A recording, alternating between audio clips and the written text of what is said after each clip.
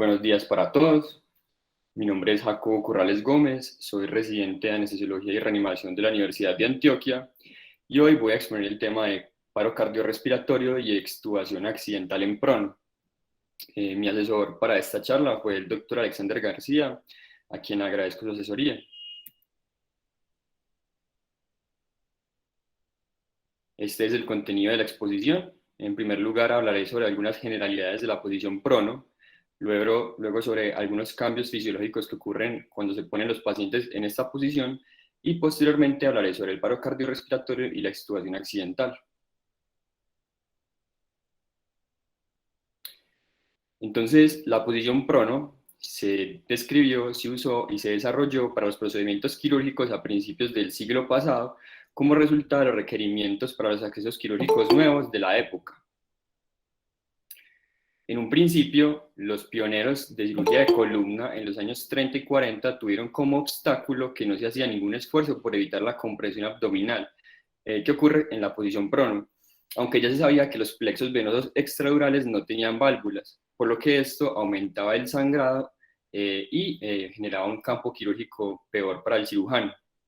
Además, por la posición se aumentaba la curvatura de la región lumbar y esto dificultaba aún más el acceso quirúrgico.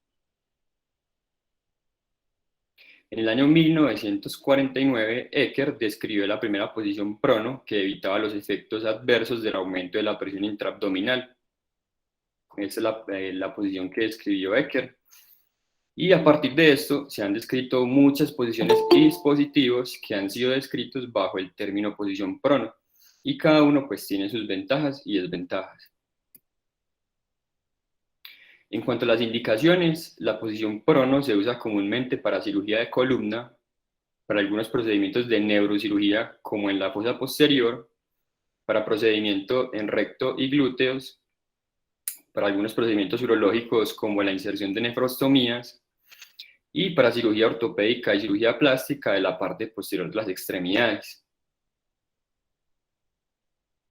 Debemos tener en cuenta que hay algunos riesgos que son más frecuentes en esta posición, como por ejemplo la reducción del gasto cardíaco, que lo veremos más adelante en los cambios fisiológicos, la isquemia de órganos abdominales, las lesiones de nervio periférico, las lesiones por presión principalmente en cara, tórax y genitales, la pérdida visual perioperatoria y la extubación accidental.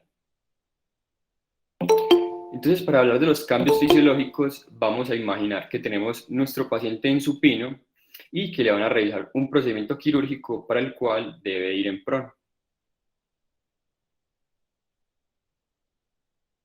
Entonces, en el sistema cardiovascular, desde inicio de los años 90 se han hecho estudios usando catéter de arteria pulmonar y más recientemente con ecocardiografía transesofágica, y se ha encontrado que la posición prono se asocia con una reducción del 10 al 20% del índice cardíaco en pacientes sanos que se llevan a anestesia general.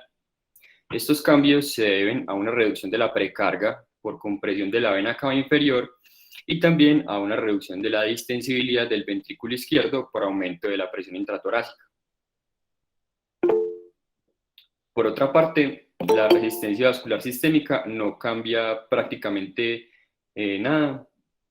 Y como dije, los cambios y la reducción del gasto cardíaco en general es bien compensada en personas sanas a través del aumento de la contractividad cardíaca y de la fracción de eyección del ventrículo izquierdo. Sin embargo, en pacientes obesos con comorbilidades cardiorrespiratorias o cuando el posicionamiento es subóptimo, esto puede generar cambios hemodinámicos importantes. Entonces, como regla general, se debe tener en cuenta que todos los pacientes con cardiopatías dependientes de la precarga o que tienen una reserva contráctil reducida o una disfunción diastólica preexistente tienen más riesgo de compromiso hemodinámico durante la cirugía en prono.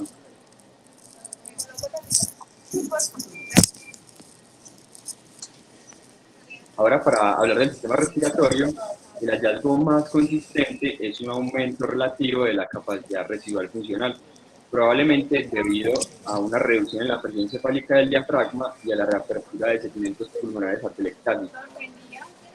Por otra parte, la capacidad vital forzada y el PEF1 cambian poco. Lo anterior se ha confirmado en el contexto clínico. Se han realizado estudios, por ejemplo, en pacientes programados para cirugía de disco intervertebral, a los que se les realizó medición de la capacidad residual funcional y de la presión arterial de oxígeno en supino, y 20 minutos después de estar en prono. Lo que se encontró fue un aumento significativo de ambos valores cuando el paciente ya se había llevado a esta posición. Este estudio se ha replicado en pacientes con índice de masa corporal mayor a 30 y se encontraron resultados similares, con aumento de los volúmenes pulmonares, de la distensibilidad y de la oxigenación en prono.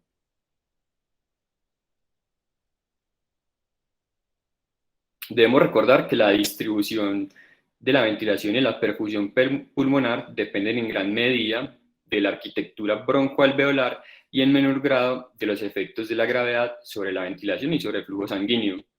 Cuando un paciente sano se lleva a anestesia general, la perfusión es distribuida de forma preferente hacia la región alveolar dorsal, mientras que la ventilación se distribuye hacia la región media dorsal. Cuando el paciente se pone en prono, la perfusión se hace más uniforme entre regiones ventrales y dorsales y la ventilación se hace más homogénea, lo que se traduce en una reducción en el desacople entre la ventilación y la perfusión. Esto que dije se puede entender a través de la siguiente gráfica. En esta imagen se muestra un cono que representa un pulmón aislado y los círculos son las unidades alveolares, y en esta primera imagen no vamos a tener en cuenta la pared torácica. Entonces, esto ilustra cómo el pulmón tiene más unidades alveolares en las regiones dorsales que en las ventrales, y cómo la presión gravitacional lleva a compresión de los segmentos dependientes. Cuando el paciente está en prono, esto va a resultar en una menor fracción de unidades alveolares comprimidas que cuando está en supino. En esta segunda imagen ya se ilustra el efecto compresivo adicional de la caja torácica sobre el pulmón. Cuando el paciente está en supino, los efectos compresivos de la gravedad son magnificados por la caja torácica, comprimiendo aún más los segmentos dorsales mientras se expanden los ventrales. Por otra parte, cuando está en prono, el efecto de la caja torácica se opone a los efectos de la gravedad y esto genera una ventilación más homogénea.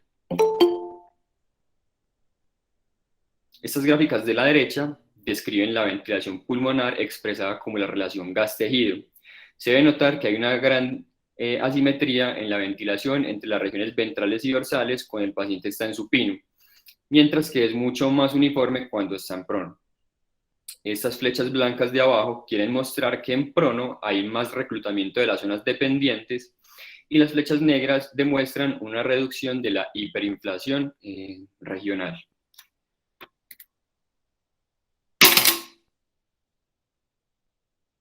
Muy bien.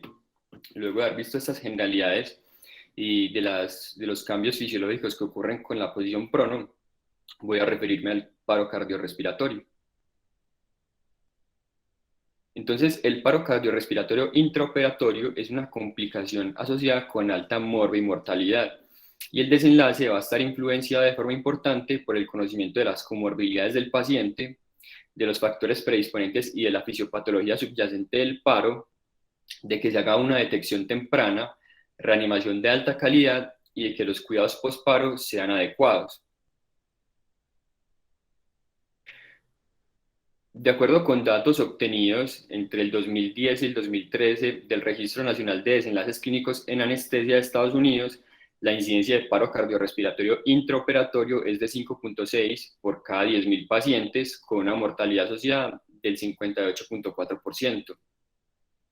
Para tener datos más cercanos, en Latinoamérica se tiene este estudio realizado en un hospital de tercer nivel de Brasil, en el que se revisó la base de datos de anestesia entre 1996 y 2005. Se encontró una incidencia de paro cardiorrespiratorio intraoperatorio de 4.4 casos por 10.000 pacientes, con una mortalidad asociada del 61%.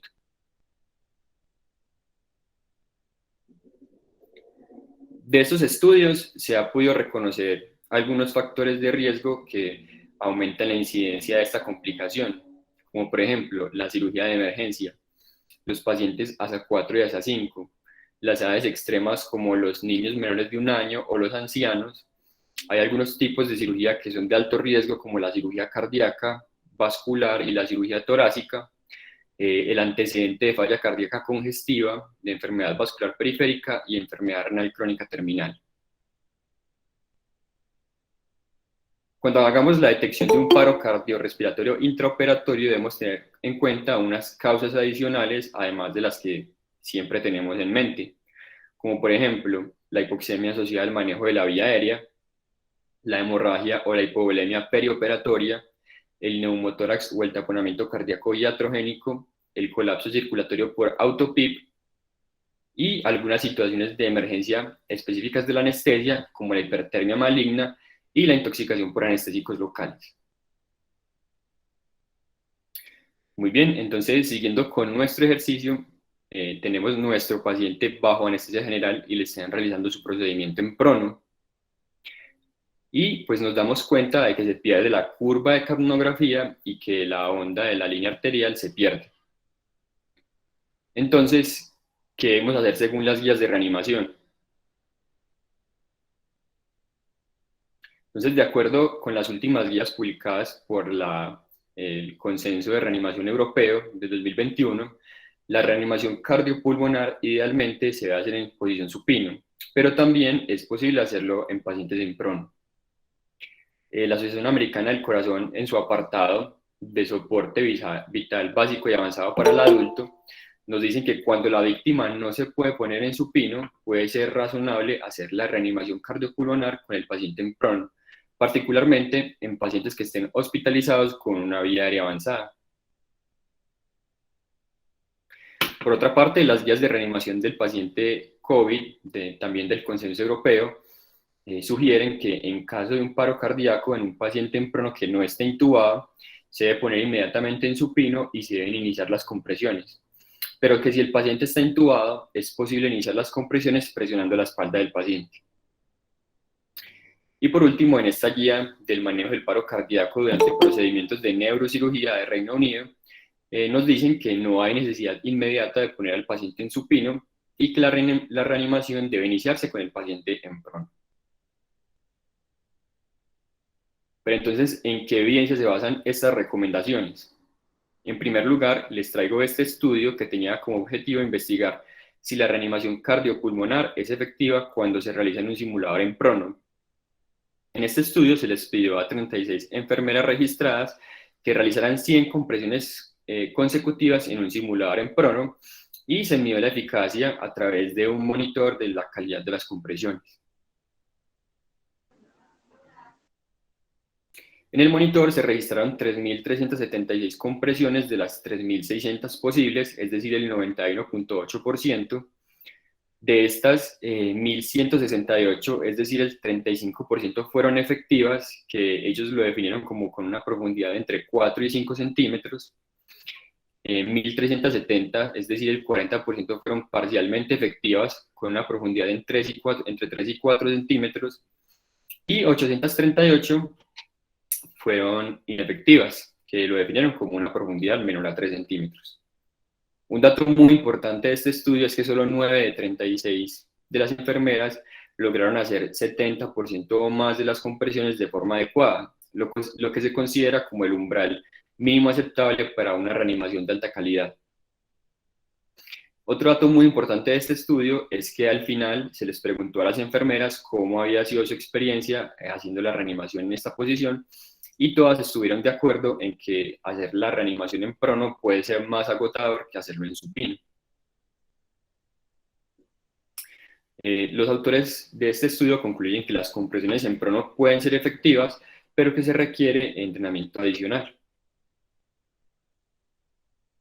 Este segundo estudio de reanimación en pacientes en prono se realizó en dos partes. En la primera parte se tomaron 11 pacientes fallecidos de la UCI que tuvieran puesta una línea arterial y se les realizó masaje en supino, luego masaje en prono mientras se les hacía la medición continua de la presión arterial.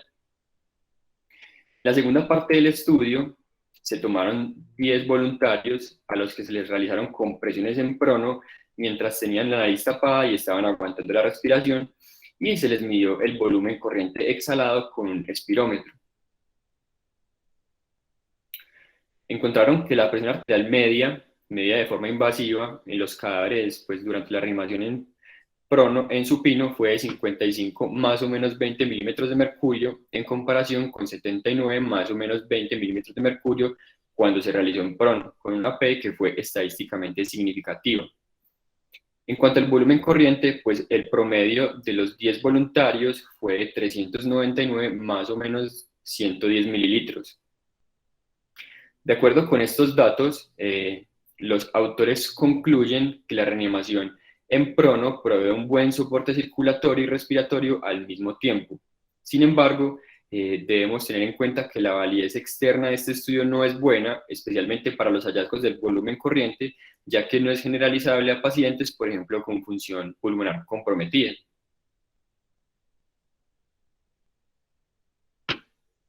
Este es otro estudio publicado en el año 2003, en el que 6 pacientes de la unidad de cuidado intensivo que ya habían sido reanimados por 30 minutos y no habían tenido retorno a la circulación espontánea, recibieron masaje en supino por 15 minutos adicionales y luego masaje en prono por otros 15 minutos mientras se hacía medición de la presión arterial de forma invasiva. Se encontró una mejoría de la presión arterial sistólica de alrededor de 23 más o menos 14 milímetros de mercurio. En la presión arterial diastólica hubo una mejoría de 10 más o menos 12 milímetros de mercurio. Y en la presión arterial media de 14 más o menos 11 milímetros de mercurio. Además de los estudios observacionales que acabo de mencionar, hay varios reportes de caso, acá les traigo 14, de los cuales 6 ocurrieron en cirugías de columna, 7 en cirugías de tumor cerebral y 1 ocurrió en un paciente que estaba bajo ventilación mecánica en la unidad de cuidado intensivo. Las causas fueron 6 por hipovolemia, 2 por embolismo aéreo. Hubo también casos de síndrome coronario agudo, taquicardia supraventricular y síndrome de dificultad respiratoria aguda. En estos casos, todos tuvieron retorno a la circulación espontánea y el tiempo promedio de reanimación hasta el retorno a la circulación fue de 5 minutos. Entonces, de acuerdo con todo lo que he dicho, la posición en prono para reanimación cardiopulmonar podría tener ventajas potenciales, por ejemplo, en que se hace un inicio más rápido de las compresiones, particularmente cuando el paro es presenciado. Además, la evidencia disponible sugiere que la reanimación en prono puede generar incluso un mejor flujo circulatorio que en supino. En los estudios observacionales se encontró que los valores de presión arterial durante las compresiones en prono fueron mayores que los que se obtuvieron en supino. Y el posible mecanismo es que la rigidez de las articulaciones costovertebrales permite ejercer más fuerza sobre el corazón que las compresiones realizadas en contra de la articulación externo-costal. Además, con las compresiones en supino, las vísceras abdominales son desplazadas hacia abajo y como la pared abdominal no es rígida, parte de la fuerza se disipa. En cambio, durante la reanimación en prono, la efectividad de las compresiones puede aumentar debido a la restricción de las estructuras abdominales si la pared abdominal se mantiene en contacto contra una superficie rígida. Entonces, una vez que hagamos la detección del paro cardíaco en prono, lo primero que se debe hacer es cerciorarse de que la vía aérea esté asegurada y que el tubo no esté acodado, obstruido o desplazado. Luego, es necesario asegurar que el ventilador esté conectado al paciente con una FiO2 al 100%. Nos debemos preguntar si no hay algún sitio de sangrado que no se haya identificado en el momento. Y en caso de que se sospeche embolismo aéreo, debemos procurar porque la cabecera del paciente esté dirigida hacia abajo y que el cirujano haga irrigación del campo quirúrgico.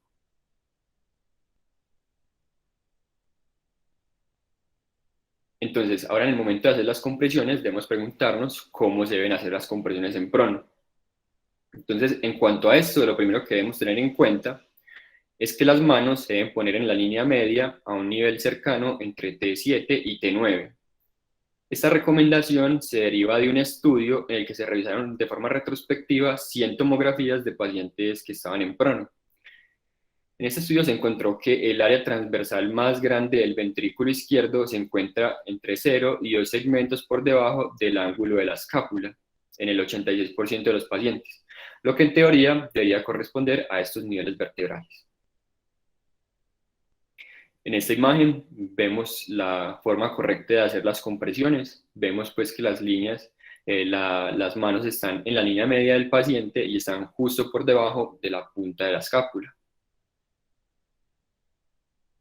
Ahora, si hay una incisión en la línea media, las compresiones con una mano a cada lado han sido usadas de forma exitosa. También se ha descrito la necesidad de poner al paciente sobre una superficie rígida, ya sean bolsas de arena o incluso se puede poner la mano empuñada bajo la región external del paciente. Estas tres recomendaciones no varían respecto a las compresiones en supino. Se deben dar entre 100 y 120 compresiones por minuto, con una profundidad de entre 5 y 6 centímetros, y se debe permitir el retroceso completo del tórax, e idealmente se deben mantener las interrupciones de las compresiones al mínimo.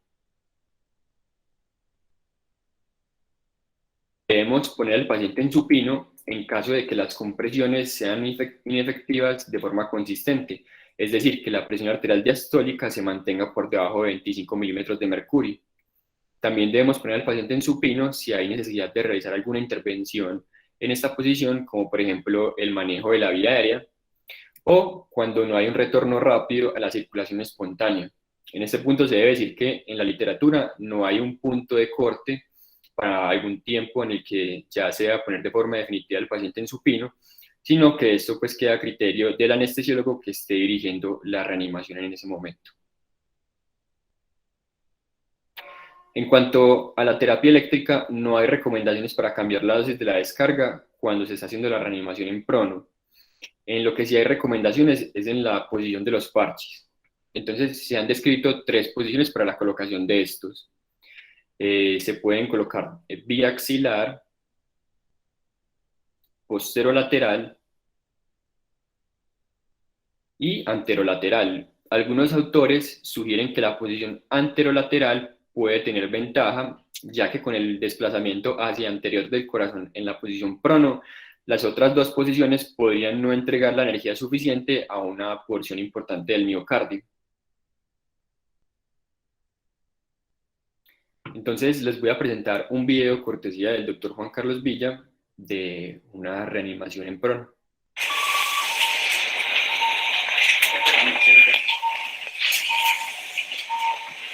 Acá podemos ver como el paciente ya entra en paro e inician las compresiones.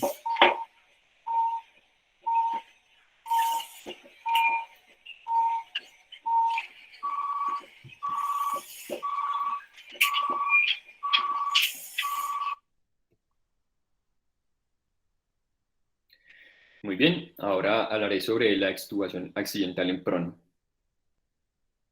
Entonces, la extubación accidental se define como el retiro no intencional y no controlado de un tubo endotraqueal debido a acciones del paciente o durante el cuidado o movimiento de este, basados en una incidencia promedio de 7.3% en la unidad de cuidado intensivo. Se dice que ocurren 120.000 incidentes cada año. Sin embargo, pues los datos por fuera de la UCI en realidad son muy escasos y la incidencia de esta complicación en prono es desconocida. La extubación accidental puede llevar a una gran variedad de complicaciones. Por ejemplo, si la salida del tubo se da con el balón inflado, esto puede generar lesión de las cuerdas vocales. Además, si cuando se da la extubación hay regurgitación de contenido gástrico, puede haber broncoaspiración y neumonía. Además, como se pierde pues, el aseguramiento de la vía aérea, no va a haber una ventilación adecuada y esto va a generar hipoxemia, falla respiratoria, paro cardiorrespiratorio y finalmente la muerte. Entonces, teniendo en cuenta esto, la prevención de este evento es de suma importancia. Y la falla del dispositivo o de la técnica de fijación es una de las causas más comunes de extubación accidental. Y esto generalmente ocurre porque las secreciones del paciente u otros líquidos del campo quirúrgico aflojan la cinta adhesiva con la que hacemos la fijación de forma usual. Entonces, en cuanto a la técnica de fijación, este es un estudio en el que se evaluaron 3 métodos frecuentes de fijación del tubo para determinar cuál era la técnica más resistente al retiro accidental. Este estudio se realizó en un laboratorio de simulación con 2 cadáveres frescos intubados. La fijación se realizó con la cinta adhesiva sola, con una sutura de seda al labio o a la piel de la barbilla, o con una combinación de ambos métodos. Y se fue colocando peso de forma progresiva para calcular cuál era la fuerza mínima para que se diera la extubación.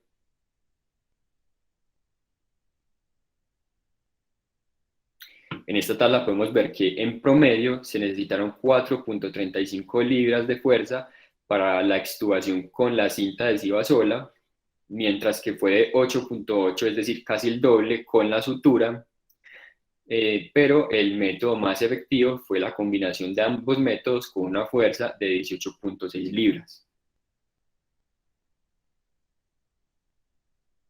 El propósito de este segundo estudio era determinar la fuerza mínima requerida para la extubación con 4 dispositivos para fijación del tubo comerciales en comparación con la cinta adhesiva. Este estudio también se hizo en un centro de simulación con 3 cadáveres frescos intubados. La fijación se hizo con los 4 dispositivos o con la cinta adhesiva, y también se fue poniendo peso de forma progresiva para determinar la fuerza mínima de extubación.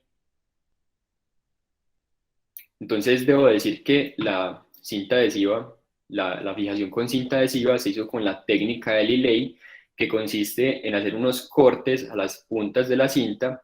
Esta se pasa por la parte posterior del cuello, y pues una de las puntas se va a fijar al tubo y la otra punta se fija a la piel del paciente. Y los otros 4 dispositivos fueron el EndoGrip de Biomedics, el Precision Medical Tube Holder, el Tube Tamer de Ergomed y el Thomas Tube Holder de la Erdal.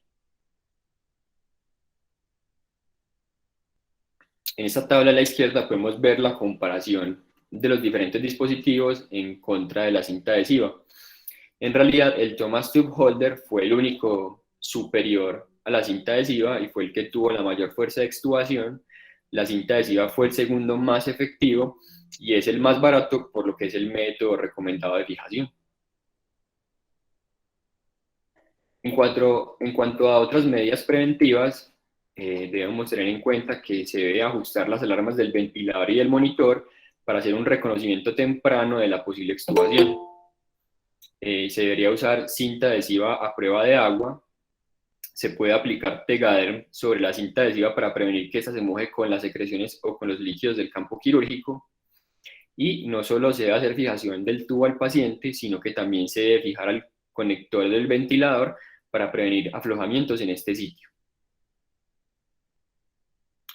Ya en cuanto al manejo de la extubación accidental en prono, pues esta se puede hacer en supino o con el paciente en prono. Sin embargo, pues digamos que la posición hacerlo en supino podría favorecer la infección del sitio operatorio, complicaciones neurológicas. Además, esto puede demorar el manejo de la vía aérea y se requiere personal adicional que puede no estar disponible de forma inmediata en el quirófano. Para evitar esto, pues se ha propuesto el manejo en prono como la primera línea, y esto se puede hacer a través de máscara facial, y a través de ventilar con máscara laringia, o de realizar intubación a través de fibrobroncoscopio.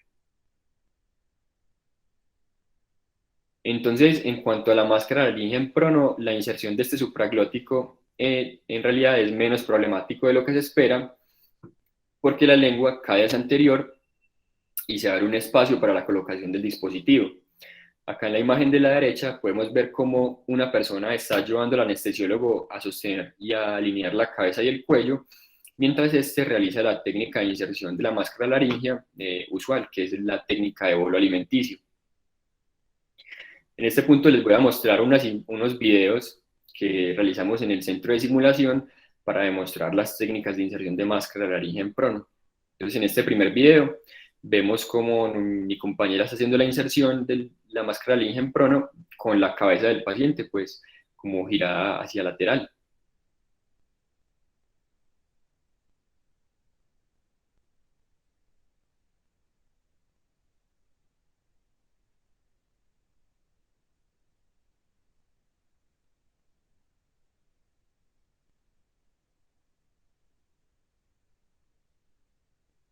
Y en este segundo video vamos a ver la técnica realizada pues como por dos operadores. Uno ayuda al posicionamiento de la cabeza y el cuello, mientras el anestesiólogo pues realiza la inserción de la máscara laríngea.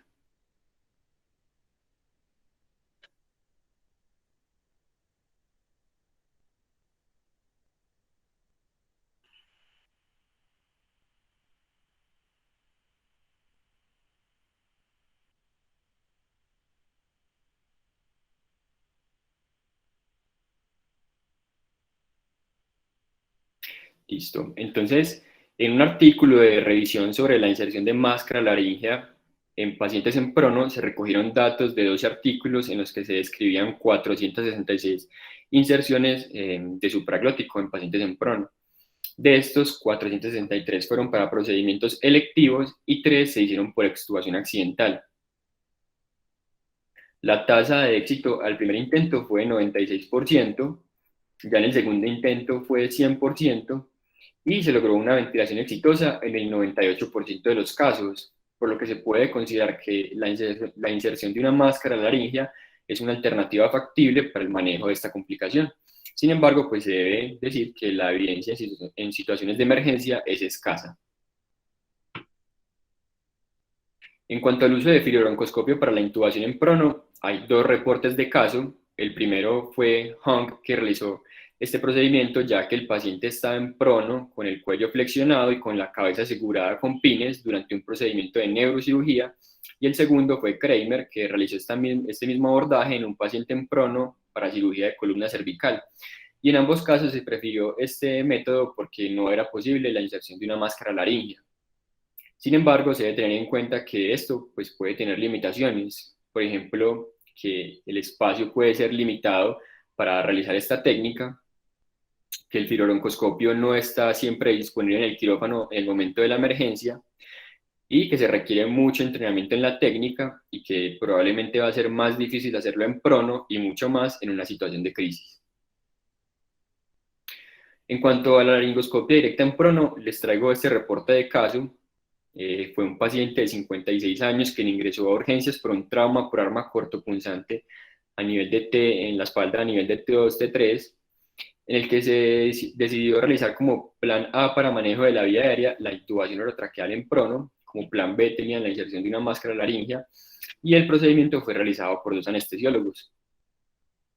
Acá podemos ver cómo el anestesiólogo está haciendo la preoxigenación del paciente, y en la imagen de la derecha vemos como uno de los anestesiólogos está ayudando a alinear la cabeza y a sostener pues, al paciente, mientras el primer anestesiólogo se puso del lado del paciente y realizó la maniobra de laringoscopia directa y realizó la intubación en el primer intento.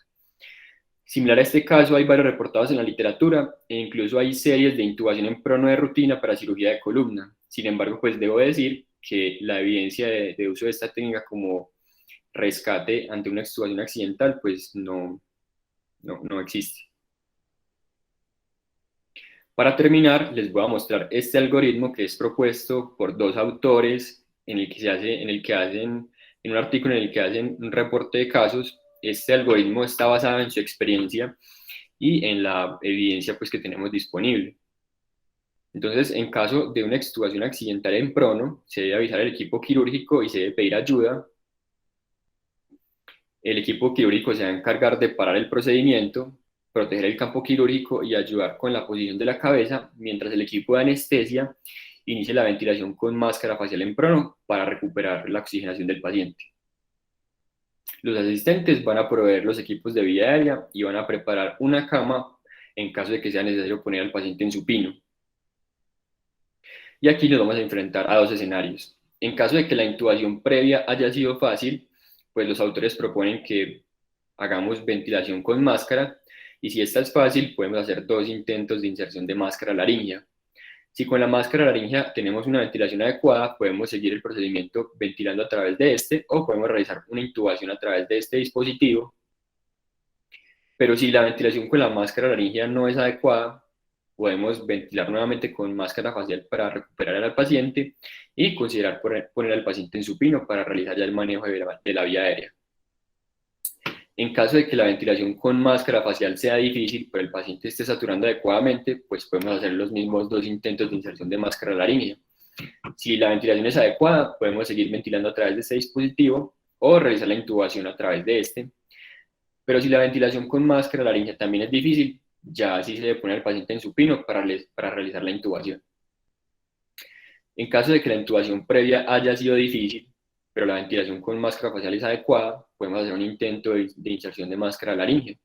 Si la ventilación es adecuada, podemos continuar el procedimiento con este o intubar a través del supraglótico, pero si la ventilación con la máscara laríngea no es adecuada, se debe poner el paciente en supino y debemos iniciar un plan de manejo de vía aérea difícil. En caso de que la ventilación con máscara facial también sea difícil, pero el paciente esté saturando adecuadamente, podemos hacer un intento de inserción de máscara laríngea. En caso de que el paciente ya se esté desaturando, los autores sugieren que se debe poner el paciente en supino inmediatamente e iniciar un plan de manejo de vía aérea difícil. Muy bien, entonces ya para concluir, se puede decir que la posición prono se asocia con cambios fisiológicos cardiopulmonares significativos que se deben tener en cuenta para brindar un cuidado anestésico óptimo. Que el paro cardiorrespiratorio y la extubación accidental son complicaciones asociadas a morbilidad significativa y que su ocurrencia en prono añade más dificultad al manejo. El manejo del paro cardiorrespiratorio en prono es factible y que puede tener ventajas teóricas en términos de velocidad de inicio de la reanimación y del flujo circulatorio generado, y que no se debe escatimar en medidas para evitar la extubación accidental y que el manejo estará determinado por la experiencia y preferencia del anestesiólogo encargado. Muchas gracias.